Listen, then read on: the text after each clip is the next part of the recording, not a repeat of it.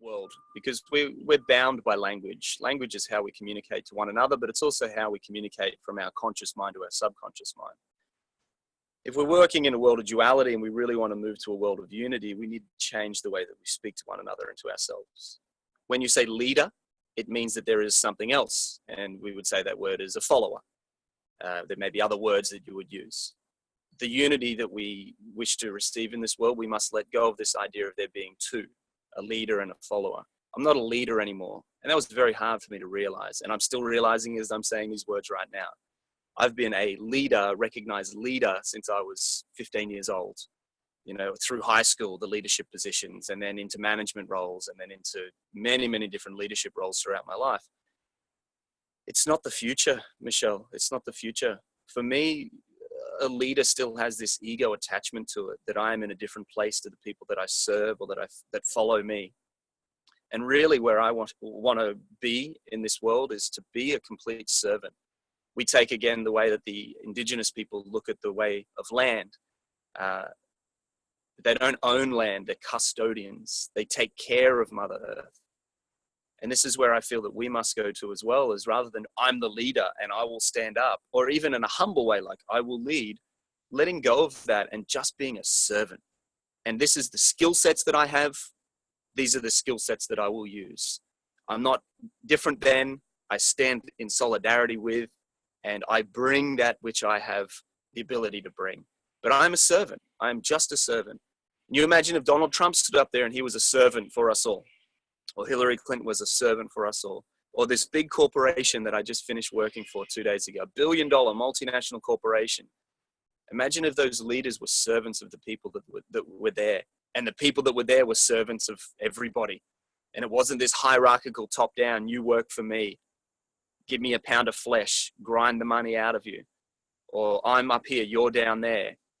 It's not the way. The future is for all of us to be equal.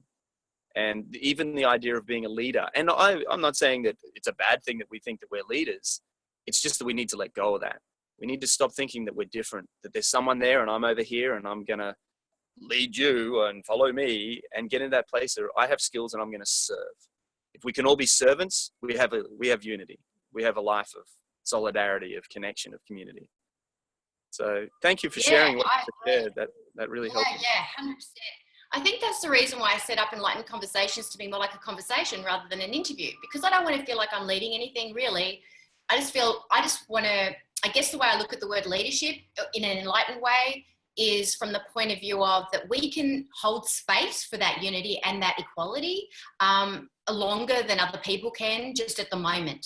That changes every day, you know. Everybody can step up to that. All we're doing is holding space for it.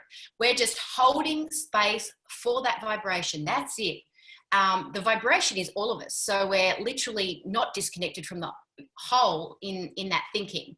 And I think as if you like, as non-leaders in, you know, just as in the people, if we want to look at it like that, we can still be leaders in this example of the election, in that, yeah, we might not be ruling or making decisions or governing the United States. However, because we need to take responsibility for our energy and the energy that is that of unity as a collective, we need to be really conscious about what we're feeding it, because it is actually, we're creating it. And so we're creating the leaders, if you like, that are governing and making the decisions, and perhaps not being servants and not holding space as much as, you know, being in that power and control. Like, we're creating that, we're feeding that.